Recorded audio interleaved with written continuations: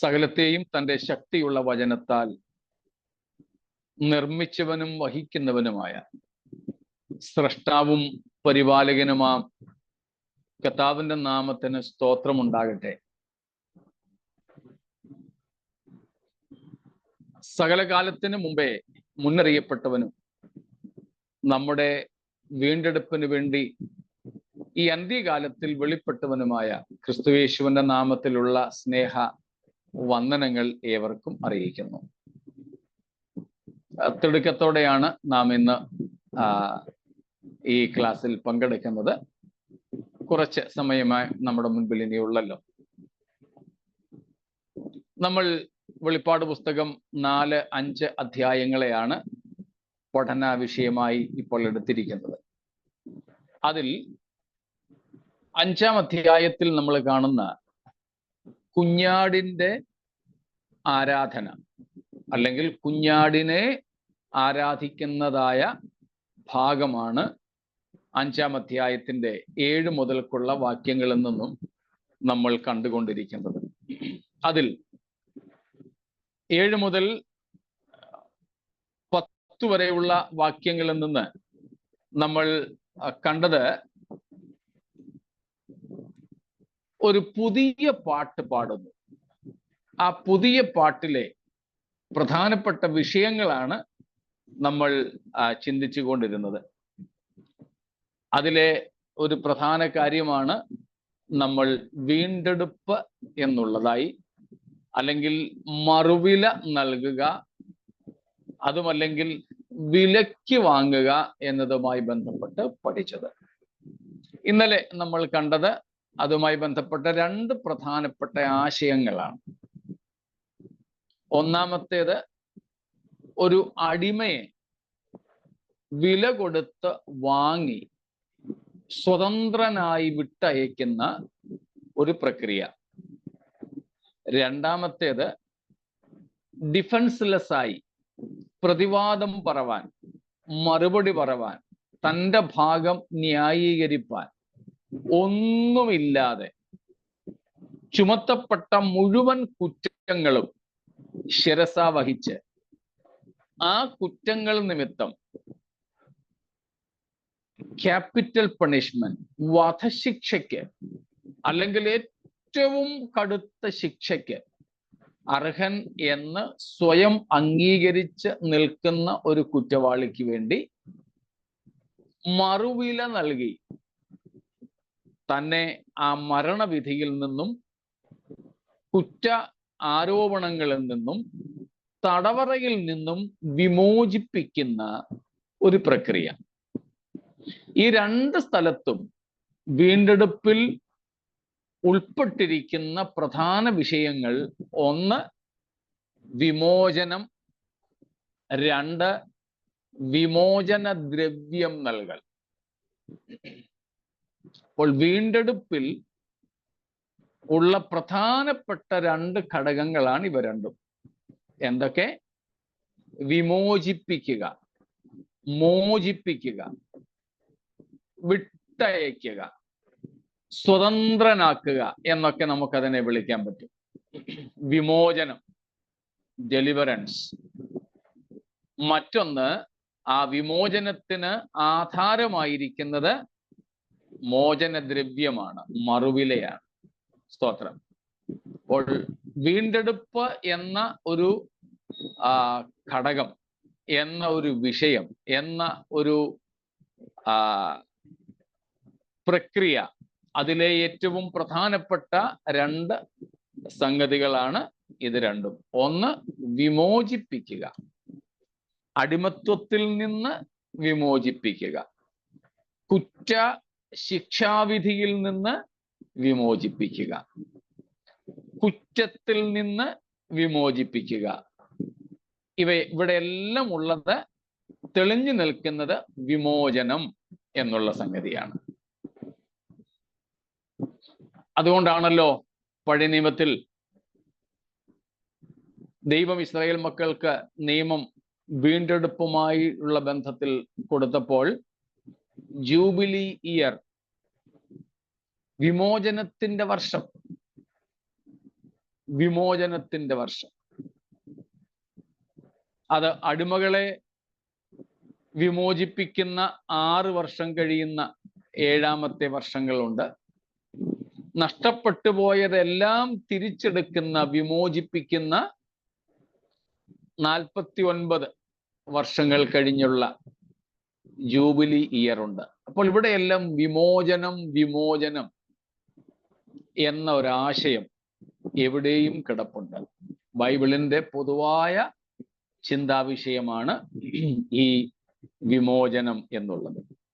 അതാണ് റിഡംഷൻ എന്ന നിലയിൽ നമ്മൾ കണ്ടത്. സ്തോത്രം. അങ്ങനെ വീണ്ടെടുക്കപ്പെടുന്ന ഒരാൾ പിന്നീട് അടിമയല്ല, അനാഥനല്ല, ശിക്ഷാർഹനല്ല, പിന്നെ താന് പ്രതിവാദമില്ലാത്തവനും അല്ല. അങ്ങനെ വീണ്ടെടുക്കപ്പെടുന്ന ഒരാൾ ഒരു ഉടമയ്ക്ക് ഉള്ളവനായി തീരുന്നു. പക്ഷേ ഉടമയ്ക്കുള്ളവനാകുന്നെങ്കിലും പിന്നീട് അവന്റെ പദവി എന്തല്ല?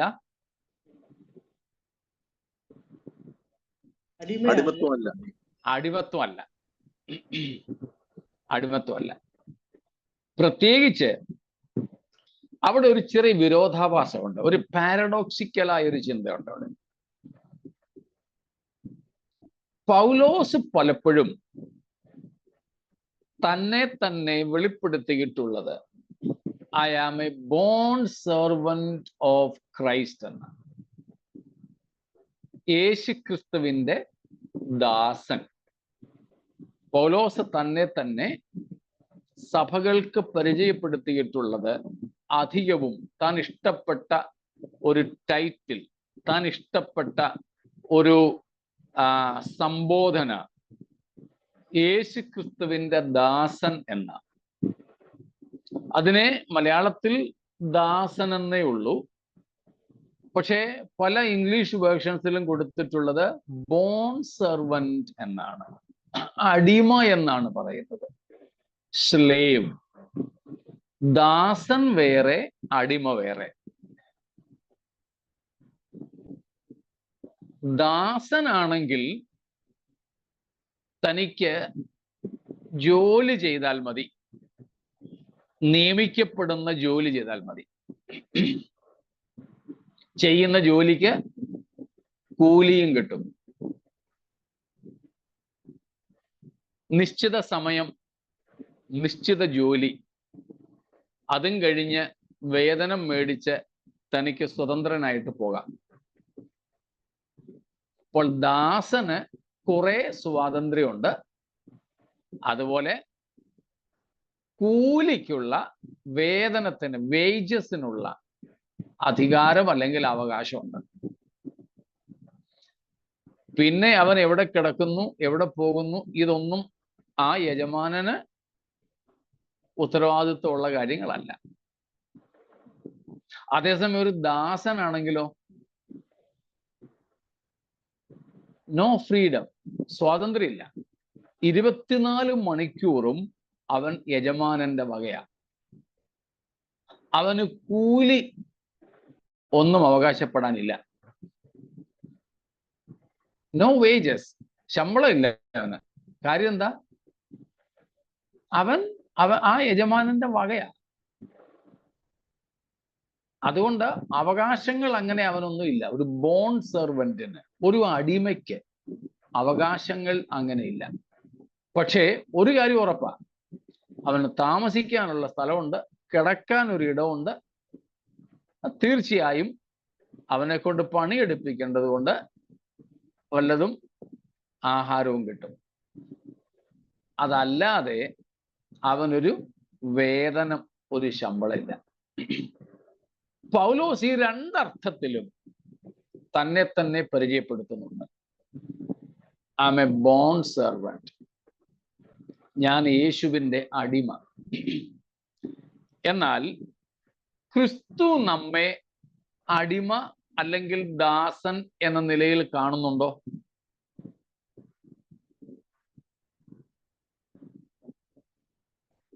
ഇല്ല.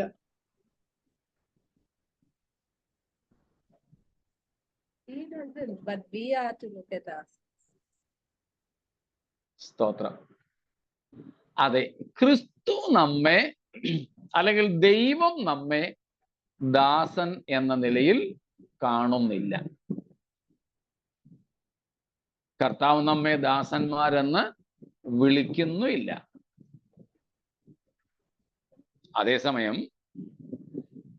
നാം നമ്മെ തന്നെ കാണേണ്ടതും മനസ്സിലാക്കേണ്ടതുമായ ഒരു ഘടകമാണ് നമ്മൾ ദൈവത്തിൻ്റെ ദാസന്മാർ, നാം കർത്താവിൻ്റെ ദാസന്മാർ. അത് നമ്മുടെ ഭാഗത്തു നിന്നും ഉണ്ടാകേണ്ട ഒരു സമർപ്പണവും ഒരു വിധേയത്വവും കാഴ്ചപ്പാടുമാണ്. കാര്യങ്ങള് ബന്ധപ്പെടുത്താൻ സാധിക്കുന്നുണ്ടല്ലോ.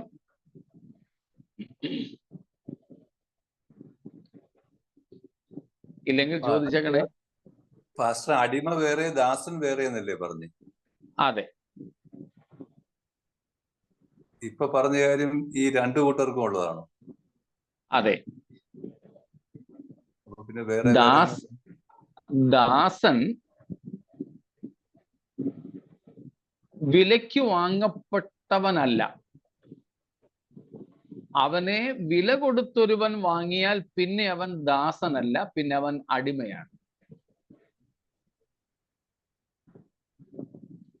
വില കൊടുത്ത ഒരു യജമാനൻ വാങ്ങാതെ കൂലിക്ക് വിളിക്കുന്ന, ജോലിക്ക് ആക്കപ്പെടുന്ന വ്യക്തിയാണ് ദാസൻ. A servant is not a purchased person. He is just a hireling. He is just on hire. ദാസൻ എന്ന് പറയുന്നത് കൂലിക്കാരനാണ്, വാടകക്കാരനെന്ന് വേണമെങ്കിൽ പറയാം. ഇത്ര മണിക്കൂറത്തേക്ക് ഇന്ന പണി ചെയ്യാൻ വേണ്ടി കൂലിക്കെടുത്തയാള്. അയാൾക്ക് എപ്പോൾ വേണമെങ്കിലും ഈ യജമാനനുമായിട്ടുള്ള ബന്ധം, കരാർ ലംഘിക്കാം. അങ്ങേയറ്റം പോയാലുള്ള നഷ്ടം അതുവരെ പണി ചെയ്തതിന്റെ കൂലി ഒരുപക്ഷെ കൊടുക്കില്ലെന്നേ കാണുള്ളൂ. പക്ഷെ അവന് ഇഷ്ടമുള്ളിടത്ത് പോകാം. ഇതാണ് ദാസൻ. എന്നാൽ അടിമയോ? A purchased servant, one who is bought with a price, and he is the property of the swami, the master. അടിമ യജമാനന്റെ സ്വത്താണ്. അവന് ഉടമ്പടി ലംഘിക്കാൻ ഒരു വ്യവസ്ഥയില്ല. അങ്ങനെയുള്ള ഒരു റൈറ്റ്സും ഒരു ഫ്രീഡവും സ്വാതന്ത്ര്യവും അവകാശവും അവനില്ല. പൂർണ്ണമായും അടിമ. പൗലോസ് തന്നെ പരിചയപ്പെടുത്തുന്നത് ബോണ്ട് സെർവന്റ് എന്ന് പറഞ്ഞാൽ അടിമ. വെറും ദാസനല്ല, വെറും കൂലിക്കാരനല്ല, പകരം വാങ്ങപ്പെട്ട, വില കൊടുത്ത് ക്രിസ്തു വാങ്ങിയ, ക്രിസ്തുവിന്റെ സമ്പത്തായ, പ്രത്യേക അവകാശങ്ങളൊന്നുമില്ലാത്ത ഒരു അടിമയാണ് ഞാൻ എന്നാണ് പൗലോസ് തന്നെ പരിചയപ്പെടുത്തുന്നത്. എന്നാൽ മറുഭാഗമാണ് ഞാൻ പറഞ്ഞത്, ക്രിസ്തു നമ്മെ ആരെയും ദാസന്മാരായിട്ടോ അടിമകളായിട്ടോ കാണുന്നില്ല. ദൈവം നമ്മെ കണക്കാക്കുന്നത്, ക്രിസ്തു നമ്മെ കാണുന്നത് സഹോദരന്മാരായിട്ടും സ്നേഹിതന്മാരായിട്ടും മക്കളായിട്ടും ഒക്കെയാണ്. അത് പഠിക്കാനുള്ള വേറൊരു വിഷയമാണ് ഒരു ക്രിസ്ത്യാനിയുടെ ദൈവവുമായുള്ള ബന്ധത്തിലെ പദവികൾ എന്നത്. Privileges or the status of A Christian in relation with God. അത് മറ്റൊരു വിഷയമാണ്. ധാരാളം കാര്യങ്ങൾ അതിൽ പഠിക്കാനായിട്ടുണ്ട്. തിരുവെഴുത്തുകൾ പഠിക്കുവാൻ താല്പര്യമുള്ളവരും സൗകര്യമുള്ളവരും നിങ്ങൾക്ക് ചിന്തിക്കാനായിട്ട് ഈ ഭാഗ്യം ഞാൻ വിട്ടിട്ട് പോവുകയാണ്. ഞാൻ ശുശ്രൂഷിക്കുന്ന സഭയിൽ എപ്പോഴെങ്കിലും കർത്താവ് അവസരം തരുന്നുവെങ്കിൽ ഈ കാര്യങ്ങൾ പഠിപ്പിക്കണമെന്ന് എനിക്കുണ്ട്. കുറെ കാര്യങ്ങൾ ഞങ്ങളത് ഇങ്ങനെ പെൻഡിങ് കിടപ്പുണ്ട്. അത് തീരുന്ന മുറയ്ക്ക്, അല്ലെങ്കിൽ ദൈവാത്മാവ് പ്രത്യേകാൽ നിർബന്ധിക്കുന്ന മുറയ്ക്ക് ആ കാര്യങ്ങൾ ഞങ്ങൾ പ്രാദേശിക സഭയിൽ പഠിക്കാനായിട്ട് ശ്രമിക്കും. മിക്കവാറും അതിൻ്റെയൊക്കെ വീഡിയോ ഓൺലൈനിൽ പോസ്റ്റ് ചെയ്യുന്നുമുണ്ട്. അതുകൊണ്ട് മറ്റുള്ളവർക്കും അതൊരു പക്ഷേ കേൾക്കുവാൻ കാണുവാൻ സാധിച്ചേക്കാം. അപ്പം മനസ്സിലായോ? ദാസനും അടിമയും തമ്മിലുള്ള വ്യത്യാസവും, ദൈവം നമ്മെ ദാസന്മാരായോ അടിമകളായോ കാണുന്നില്ല, അല്ലെങ്കിൽ സംബോധന ചെയ്യുന്നില്ല. പകരം ഓരോ ക്രിസ്ത്യാനിയും, പാസ്റ്റേഴ്സ് മാത്രമല്ല, ഓരോ ക്രിസ്ത്യാനിയും കർത്താവിനോടുള്ള ബന്ധത്തിൽ തങ്ങളെ തന്നെ കാണേണ്ടത്, തങ്ങളെ തന്നെ ഓരോ ക്രിസ്ത്യാനിയും പരിഗണിക്കേണ്ടത് പൗലോസിനെ പോലെ ദാസന്മാരായോ അടിമകളായിട്ടോ വേണം എന്നാണ് നമ്മൾ ഇതുവരെ പറഞ്ഞത്. സ്തോത്രം. ഒരു വാക്യം ഒന്ന് വായിച്ചിട്ട് നമുക്കങ്ങ് പോകാം. യോഹന്നാന്റെ സുവിശേഷം 15-ാമത്തെ അധ്യായം, അതിന്റെ 14-ാമത്തെ 13 മുതൽ വായിച്ചോളൂ.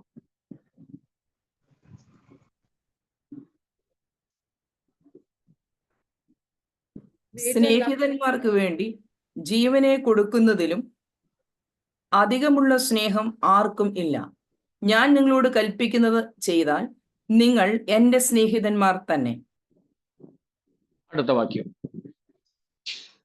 യജമാനൻ ചെയ്യുന്നത് ദാസൻ അറിയായകൊണ്ട് ഞാൻ നിങ്ങളെ ദാസന്മാർ എന്ന് ഇനി പറയുന്നില്ല.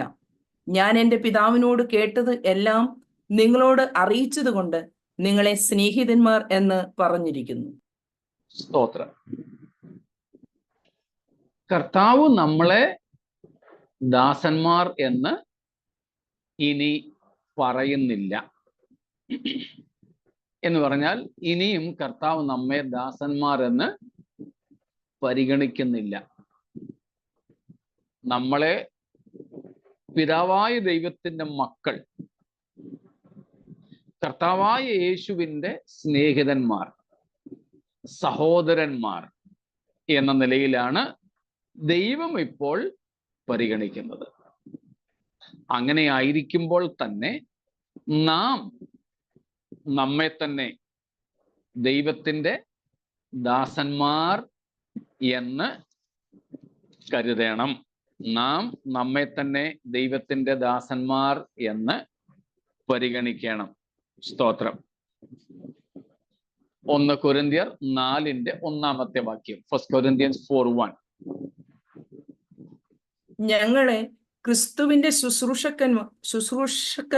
ശുശ്രൂഷക്കാരും ദൈവമർമ്മങ്ങളുടെ ഗ്രഹവിചാരകന്മാരും എന്നിങ്ങനെ ഓരോരുത്തൻ എണ്ണിക്കൊള്ളട്ടെ. സ്തോത്രം.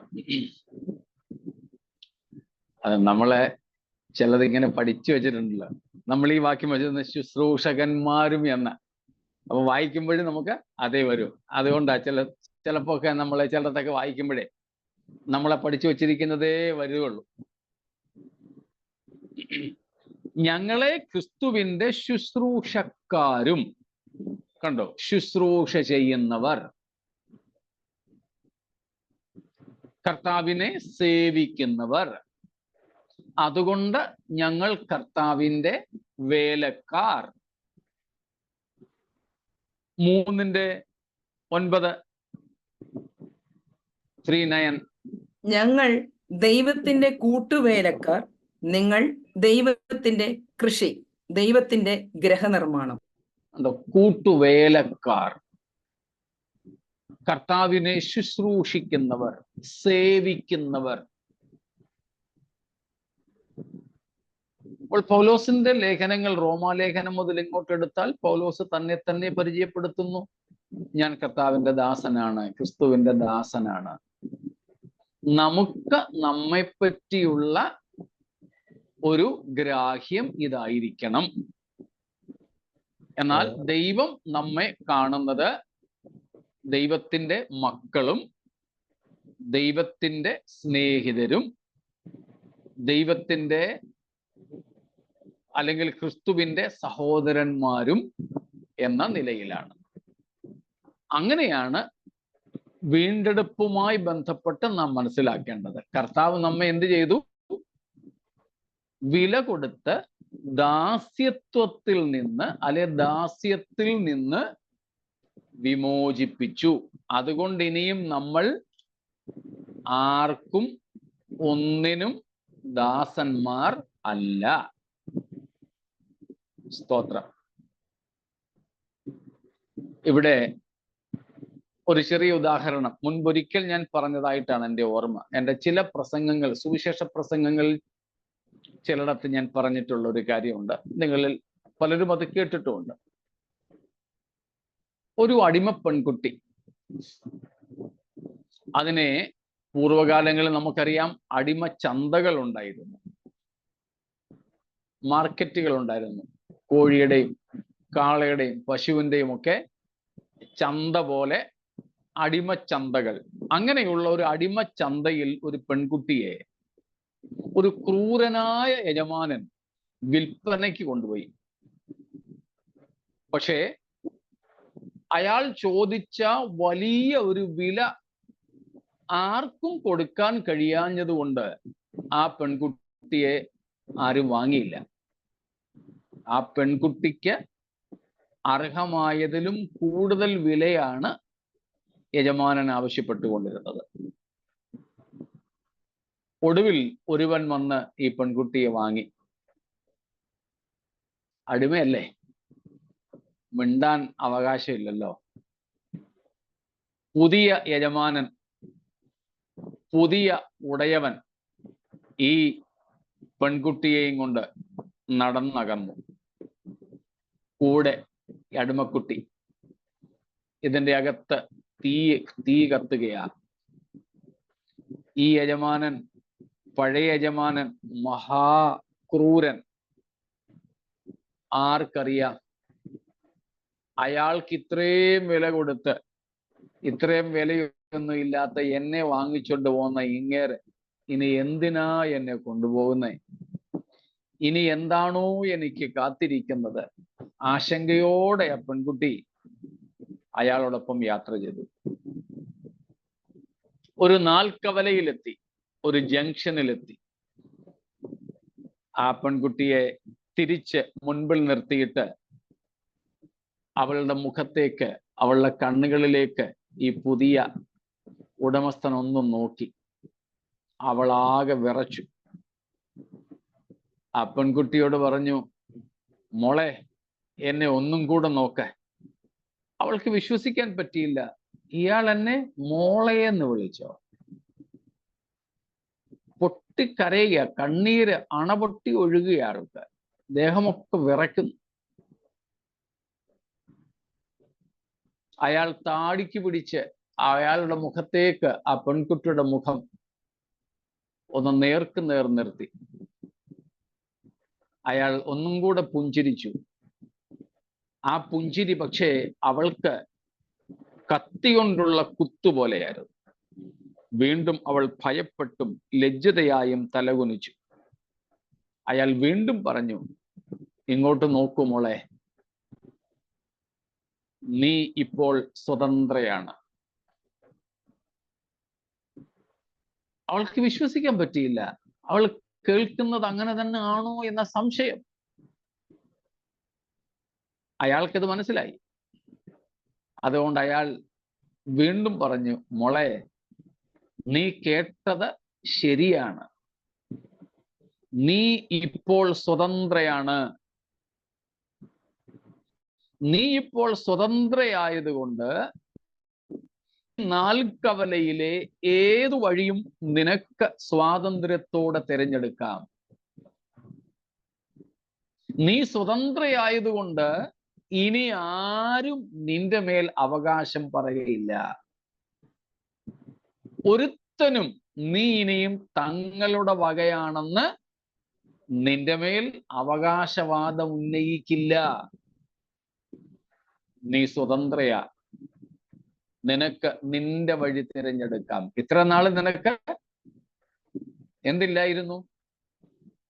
സ്വന്തം വഴി തിരഞ്ഞെടുക്കാൻ അവകാശമില്ലായിരുന്നു. ഇപ്പോൾ നിനക്കതിനുള്ള അവകാശമുണ്ട്. അവൾക്ക് വിശ്വസിക്കാൻ കഴിയുന്നില്ല. അവൾ കരഞ്ഞുകൊണ്ട് വീണ്ടും അയാളെ നോക്കുക. അയാൾ ആവർത്തിച്ചു പറഞ്ഞു, അവളുടെ തോളിൽ കൈവച്ചുകൊണ്ട് അവളെ തട്ടിക്കൊണ്ട് പറഞ്ഞു, അതേ മോളെ, നീ സ്വതന്ത്രയാണ്. അവൾ കരഞ്ഞുകൊണ്ട് മുറിഞ്ഞു മുറിഞ്ഞ വാക്കുകളിൽ ചോദിച്ചു, പിന്നെ എന്തിനാ സാറേ യജമാനനെ ഇത്രയും വലിയ വില കൊടുത്ത് എന്നെ വാങ്ങിയത്? അയാൾ വീണ്ടും പുഞ്ചിരിയോടെ പറഞ്ഞു, അതോ, ഇതിനു വേണ്ടി തന്നെ. ഏതിന്? നിന്നെ സ്വതന്ത്രയായി വിട്ടയക്കാൻ. ഇനി വേറെ ആരും നിന്നെ വാങ്ങി അവരുടെ വകയായി അടിമത്വത്തിൽ വെച്ചേക്കാതിരിക്കാൻ, നിന്നെ പൂർണ്ണ സ്വതന്ത്രയായി വിട്ടയക്കാൻ വേണ്ടി മാത്രമാണ് നിനക്ക് വേണ്ടി ആ വില കൊടുത്ത് നിന്നെ വാങ്ങിയത്. മനസ്സിലാവുന്നുണ്ടോ? സ്തോത്രം. അതുകൊണ്ട് you are no more a slave. You are fully free, liberated. അവൾ മുട്ടുകുത്തി. അയാളോട് കൈ കൂപ്പിക്കൊണ്ട് ചോദിച്ചു, യജമാനനെ, ഇത് സത്യമാണോ? ഞാൻ സ്വതന്ത്രയാണോ? ആരും എൻ്റെ മേൽ അവകാശം പറയില്ലേ? അയാൾ ആവർത്തിച്ചു പറഞ്ഞു, സത്യമാണ്, നീ സ്വതന്ത്രയാണ്. എനിക്ക് എൻ്റെ വഴി തിരഞ്ഞെടുക്കാൻ സ്വാതന്ത്ര്യവും അവകാശവും ഉണ്ടെന്നാണോ യജമാനനെ അങ്ങ് പറയുന്നത്? അതെ മോളെ, അതെ. അവൾ കൈകൂപ്പി അയാളുടെ പാദങ്ങളെ ചുംബിച്ചുകൊണ്ട് അലറി വിളിച്ച് ചോദിച്ചു, എങ്കിൽ യജമാനനെ, ഇത്ര വലിയ വില കൊടുത്ത് എന്നെ സ്വതന്ത്രയാക്കിയ അങ്ങയെ ഇനിയുള്ള എൻ്റെ ജീവിതം കൊണ്ട് സ്വമനസ്സാ സേവിക്കുവാൻ അങ്ങെന്നെ അനുവദിക്കുമോ? അയാൾ പറഞ്ഞു, നീ പൂർണ്ണ ഹൃദയത്തോടെ അത് തിരഞ്ഞെടുക്കുന്നെങ്കിൽ നിനക്കതിനുള്ള അവകാശമുണ്ട്. അവൾ ആ പാദങ്ങളെ കെട്ടിപ്പുണർന്നുകൊണ്ട് കരഞ്ഞുകൊണ്ട് പറഞ്ഞു, യജമാനനെ, ഇനിയും ഞാൻ ആർക്ക് വേണ്ടി എവിടെ പോയി ജീവിക്കും? എന്നെ ഇത്രയും സ്നേഹിച്ച് എൻ്റെ സ്വാതന്ത്ര്യം ആഗ്രഹിച്ച് എനിക്ക് വേണ്ടി വില കൊടുത്ത് എന്നെ വിമോചിപ്പിച്ച അങ്ങയെയല്ലാതെ ഇനി ഞാൻ ആരെ സേവിച്ച് എൻ്റെ ജീവിതം കഴിക്കും? Please let me serve you with my saved life. എന്ത് മനസ്സിലായി? ഇവിടുത്തെ അടിമപ്പെൺകുട്ടി ആരാ? ഞാനും നിങ്ങളുമാണ്. സ്തോത്രം. നമ്മളാണ്. ഇവിടുത്തെ ആ വില കൊടുത്ത യജമാനൻ മറ്റാരുമല്ല, ചങ്കിലെ അതെ അവസാനത്തുള്ളി ചോര വരെ ഊറ്റിക്കൊടുത്ത നമ്മുടെ കർത്താവ. നമ്മുടെ കർത്താവ് അങ്ങനെ നമ്മെ വിലയ്ക്ക് വാങ്ങിയത്, ആവർത്തിക്കുന്നു, ഗലാത്യർ 5:1, നമ്മെ സ്വതന്ത്രരാക്കാനാണ്. വേറെ ആർക്കും നാം അടിമകളാകരുത്. ഇനി തെരഞ്ഞെടുപ്പ് നമ്മുടെ സ്വാതന്ത്ര്യമാണ്. We did not have the freedom to say no to sin. We did not have the freedom to say no to Satan. We did not have the freedom to say yes to God because we were slaves. But now we have the freedom and right to say no to sin, Satan, self, world, and so on. Also, we have the freedom and right to say yes to God and holiness. മുമ്പ് നമുക്ക് സാത്താനോടോ പിശാചിനോടോ ജഡത്തോടോ സ്വയത്തോടോ ലോകത്തോടോ no പറയാൻ ഒക്കത്തില്ലെന്ന് പറയാനുള്ള സ്വാതന്ത്ര്യവും അവകാശവും ഇല്ലാതിരുന്നു. ദൈവത്തോടും ദൈവത്തിൻ്റെ ഇച്ഛകളോടും വിശുദ്ധിയോടും മറ്റും yes പറയാൻ, ഉവ്വ് ശരി ആകട്ടെ എന്ന് പറയാനുമുള്ള സ്വാതന്ത്ര്യവും അവകാശവും നമുക്ക് ഇല്ലാതിരുന്നു. എന്നാൽ ഇന്നോ യേശു ക്രൂശിൽ ചൊരിഞ്ഞ രക്തത്താൽ, സ്തോത്രം, യേശു നമുക്ക് വേണ്ടി കൊടുത്ത മറുവിലയാൽ നാം ഇന്ന് സ്വതന്ത്രരാണ്. അതുകൊണ്ട് ദൈവത്തോടും വിശുദ്ധിയോടും ധൈര്യപൂർവം യേസ്, ഉവ്വ്, അതെ എന്ന് പറഞ്ഞ് കൈകൊടുക്കുവാൻ സാധിക്കും. സാത്താനോടും പാപത്തോടും തുടങ്ങിയുള്ള കാര്യങ്ങളോട് ബോൾഡായിട്ട്, വളരെ പ്രാഗൽഭ്യത്തോടെ, ശക്തമായി ഒക്കത്തില്ല, ചെയ്യത്തില്ല, നിന്നെ അനുസരിക്കത്തില്ല എന്ന് പറയാനുമുള്ള അവകാശവും സ്വാതന്ത്ര്യവും നമുക്ക് ലഭ്യമായി. സ്തോത്രം. ആ സ്വാതന്ത്ര്യം ലഭിച്ചവരാണോ നാം ഒക്കെ? Praise God. സ്തോത്രം. ഇതിനൊക്കെ വേണ്ടിയാണ് നാം ദൈവത്തിന് സ്തോത്രം ചെയ്യേണ്ടത്. ഇതൊക്കെ ഓർക്കുമ്പോഴാണ് ഞാൻ കഴിഞ്ഞ ആഴ്ച പറഞ്ഞതുപോലെ, സിനിൽ ബ്രദറിനെ പോലെ നാം കിടക്കയിലായാലും സ്തോത്രം ഒരു പഞ്ഞവും കൂടാതെ ദൈവത്തിന് സ്തോത്രം ചെയ്യുവാൻ കഴിയുന്നത്. സ്തോത്രം. എന്താ മനസ്സിലായത്?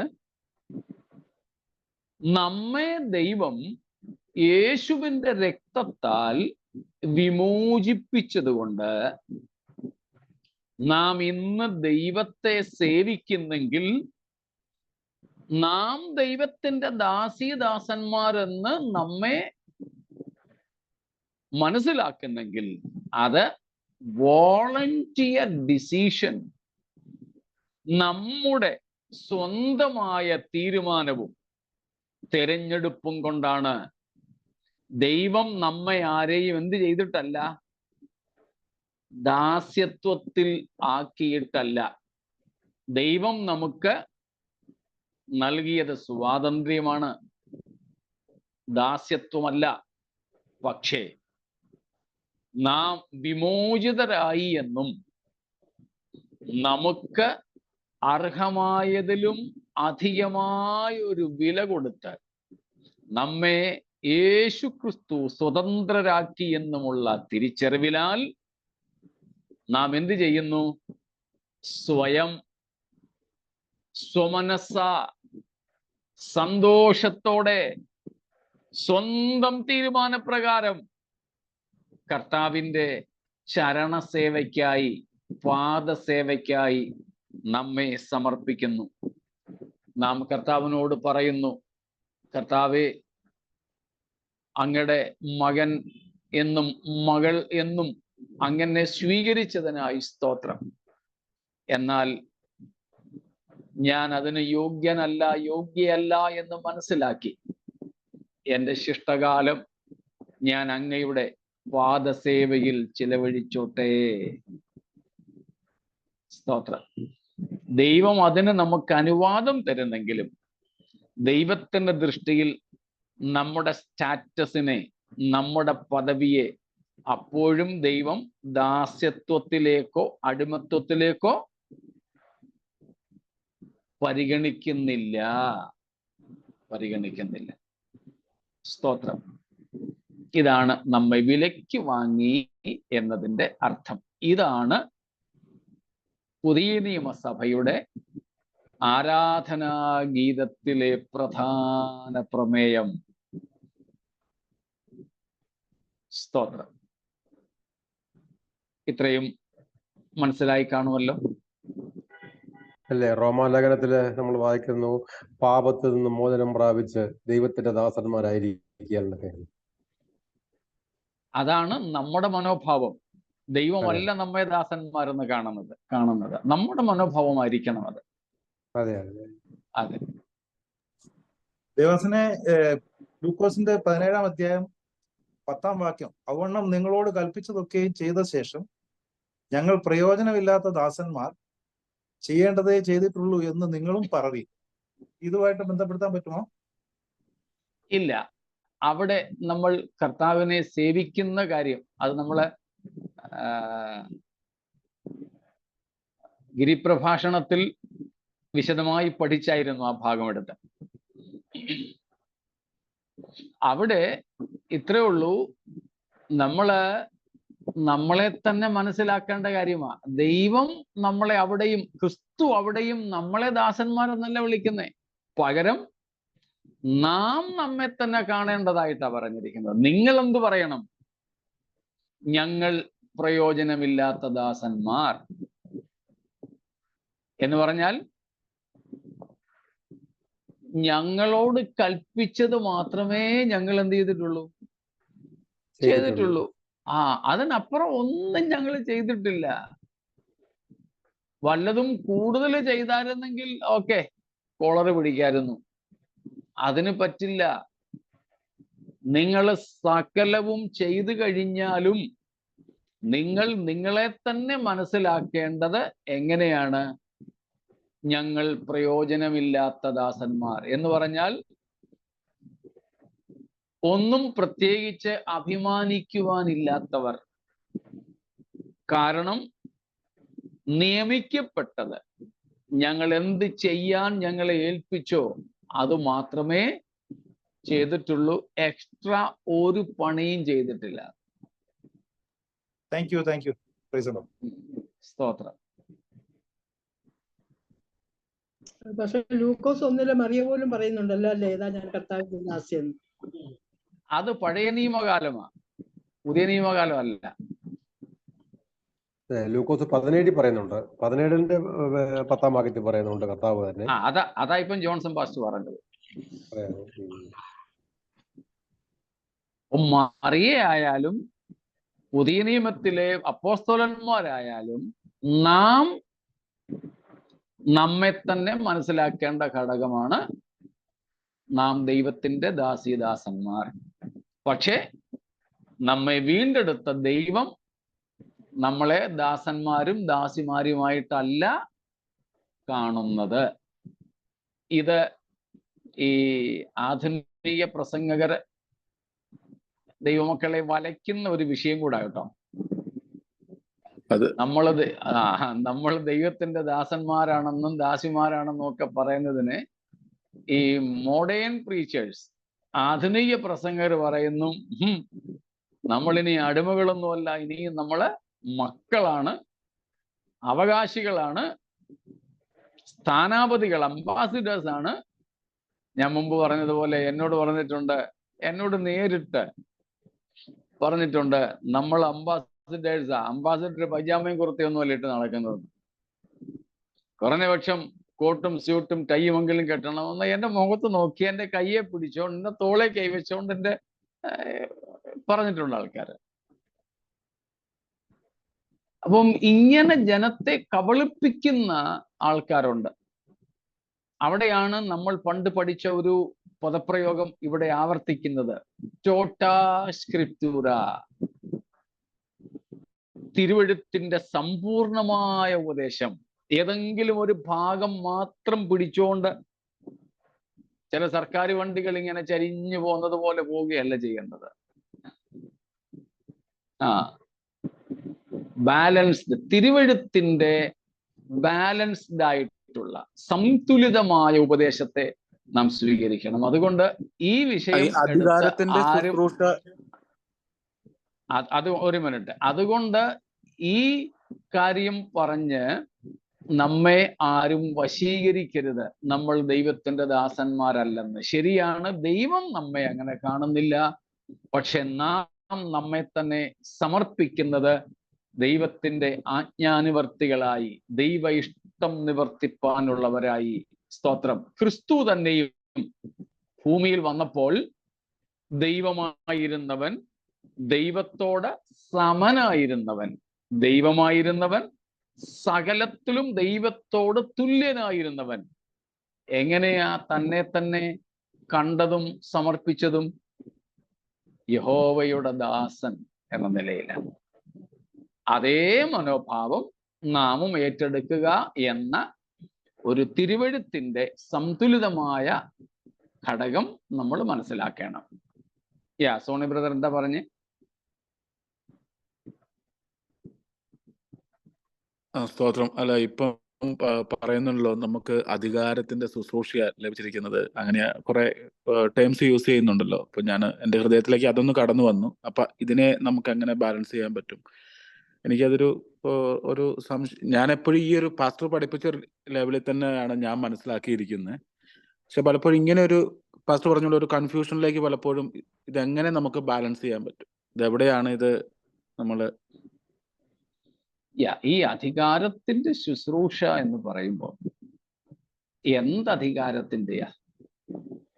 നമുക്ക് ലഭിച്ച ഏറ്റവും വലിയ അധികാരം എന്താണ്? നമ്മുടെ ക്ലാസ്സിൽ തന്നെ നമ്മൾ പറഞ്ഞിട്ടുള്ളൊരു കാര്യമാണ്, ദൈവമക്കളാവാൻ അധികാരം കൊടുത്തു. അതെ, നമുക്ക് ലഭിച്ച ഏറ്റവും വലിയ അധികാരം യോഹന്നാൻ 1:12 ദൈവത്തിന്റെ മക്കൾ ആകാൻ, ദൈവമക്കൾ എന്ന് വിളിക്കപ്പെടാനുമുള്ള അധികാരമാണ്. ആ ദൈവത്തിന്റെ മക്കൾ എന്ന നിലയിൽ നിന്നുകൊണ്ട് അധികാരത്തോടുകൂടെ തന്നെയാണ് നാം ശുശ്രൂഷിക്കുന്നത് അല്ലെങ്കിൽ ജീവിക്കുന്നത്. പക്ഷേ ഇവരീ പറയുന്ന അധികാരങ്ങൾ എന്ന് പറയുന്നതൊക്കെ ഏത് തലത്തിൽ നിൽക്കുന്ന കാര്യങ്ങളാ? ഭൗതിക തലത്തിലാ, ഭൗതിക തലത്തിലാ. അടിമകളാക്കുക പാസ്റ്ററെ.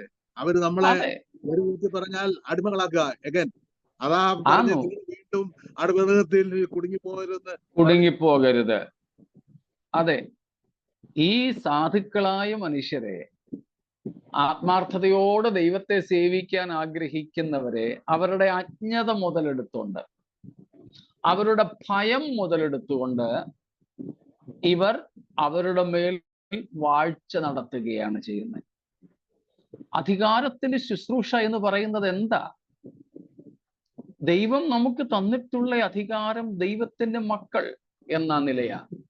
ആ ദൈവത്തിന്റെ മക്കൾ എന്ന പദവിയിൽ നാം നിൽക്കുമ്പോൾ തന്നെയാണ് കർത്താവിന്റെ ഹിതം നിവർത്തിക്കുന്നതിൽ നാം നമ്മെ തന്നെ ദാസന്മാർ എന്ന് കാണുന്നത്.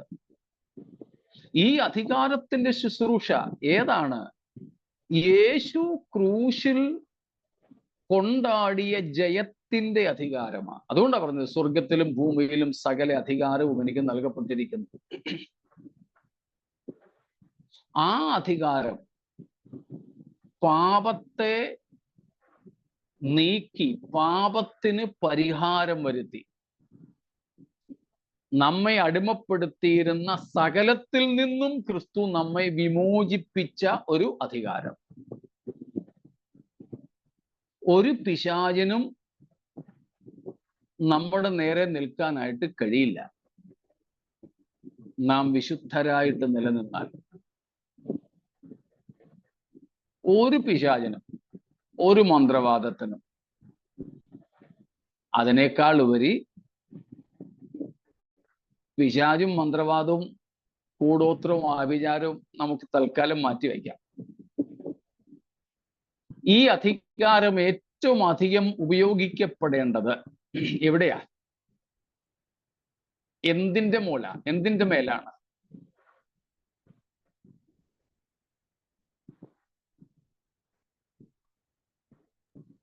പാപത്തിന്റെയും സാത്താന്റെയും.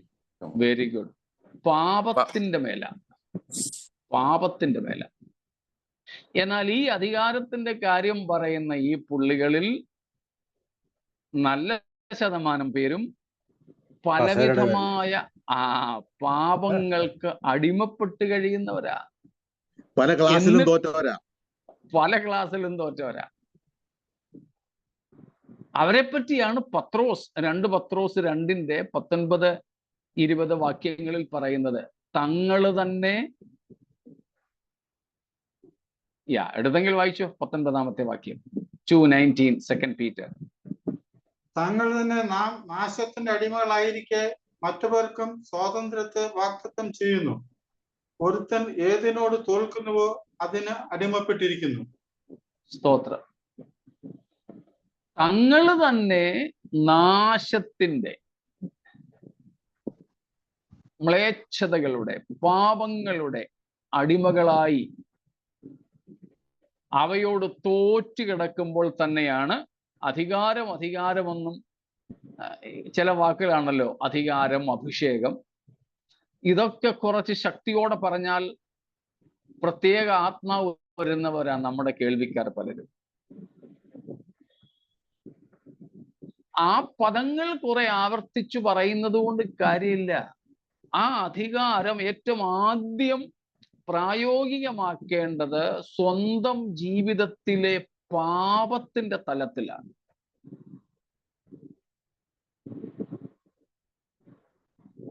എന്നാൽ ദൈവമക്കൾ എന്ന നിലയിൽ, സ്വതന്ത്രരാക്കപ്പെട്ടവർ, വീണ്ടെടുക്കപ്പെട്ടവർ എന്ന നിലയിൽ ആ അധികാരത്തെ ഉപയോഗിക്കാതെ പലതിനോടും തോറ്റ്, പല ക്ലാസ്സിലും തോറ്റ് അടിമത്വത്തിൽ കഴിയുമ്പോഴും ജനത്തെ ഇളക്കാനും വശീകരിക്കാനും മയക്കാനും ചൂഷണം ചെയ്യാനും വേണ്ടി ഉപയോഗിക്കുന്ന ഈ വാക്കുകളെ സൂക്ഷ്മതയോടെ നമ്മൾ കൈകാര്യം ചെയ്യുക. അതിലുപരി ഇങ്ങനെ ഉള്ളവരെ വളരെ സൂക്ഷ്മതയോടെ മാത്രം നാം അകറ്റി നിർത്തുകയും ചെയ്യുക. അപ്പോൾ ഈ അധികാരമെന്നുള്ളതിൻ്റെ അർത്ഥതലങ്ങൾ നമ്മൾ മനസ്സിലാക്കിയാൽ മതി. ഇതൊക്കെ വളരെ സിമ്പിളായ കാര്യങ്ങളാണ്. തിരുവഴുത്തിന്റെ തെളിവായ ഉപദേശങ്ങളാണ് ഇതൊക്കെ. പക്ഷെ ഇതിനെയൊക്കെ ഇവരെന്ത് കൊണ്ടുവരും? മാർമികമായ ഏതാണ്ടാണെന്നും പറഞ്ഞ് ഇങ്ങനെ പൊതിഞ്ഞു കെട്ടിക്കൊണ്ടുവരും. ഇതൊക്കെ തിരുവഴുത്തിന്റെ വെറും മറനീക്കി നൽകപ്പെട്ടിരിക്കുന്ന സത്യങ്ങളാണ്. നമ്മളെ വഞ്ചിക്കാൻ ജനത്തെ അനുവദിക്കരുത്. സ്തോത്രം. അപ്പോൾ ഇന്ന് നമ്മുടെ സമയം ഇവിടെ തീരുന്നത് കൊണ്ട് ഇവിടെ നിർത്തിക്കോട്ടെ. യേശു നമ്മെ വിലയ്ക്ക് വാങ്ങി പിതാവായ ദൈവത്തിന് നമ്മെ രാജ്യവും പുരോഹിതന്മാരും ആക്കി വച്ചിരിക്കുന്നു. രാജ്യവും പുരോഹിതന്മാരും എന്നുള്ളത് 1-ാം അധ്യായം, വെളിപ്പാട് പുസ്തകം 1-ാം അധ്യായം 5 മുതലുള്ള വാക്യങ്ങളിൽ നിന്ന് പഠിച്ചതുകൊണ്ട് ഇവിടെ ഞാൻ പരാമർശിക്കാതെ വിടുകയാണ്. സ്തോത്രം. 5ഉം 6ഉം വാക്യങ്ങളിൽ നിന്ന് 1-ാം അധ്യായം പഠിച്ചപ്പോൾ നമ്മൾ ആ ഭാഗങ്ങൾ കണ്ടതായിരുന്നു. അങ്ങനെ നമ്മെ വിമോചിപ്പിച്ച, വീണ്ടെടുത്ത നമ്മുടെ കർത്താവിന് പാടി വീണ്ടെടുപ്പുകാരനെ നേരിൽ ഒന്ന് കാണാൻ, സ്തോത്രം, നാം മുറിഞ്ഞ മാർവിലേക്ക് ഒന്ന് ചാരാൻ, നമുക്ക് വേണ്ടി തുപ്പലേറ്റ മുഖത്ത് ഒന്ന് മുത്തം ചെയ്യാൻ ഏറിയ വാഞ്ചയോടെയും പ്രത്യാശയോടെയും നമുക്ക് മുൻപോട്ട് നമ്മുടെ ജീവിതം നയിക്കാം. ഈ വചനങ്ങൾ അതിന് നമുക്കേവർക്കും അനുഗ്രഹം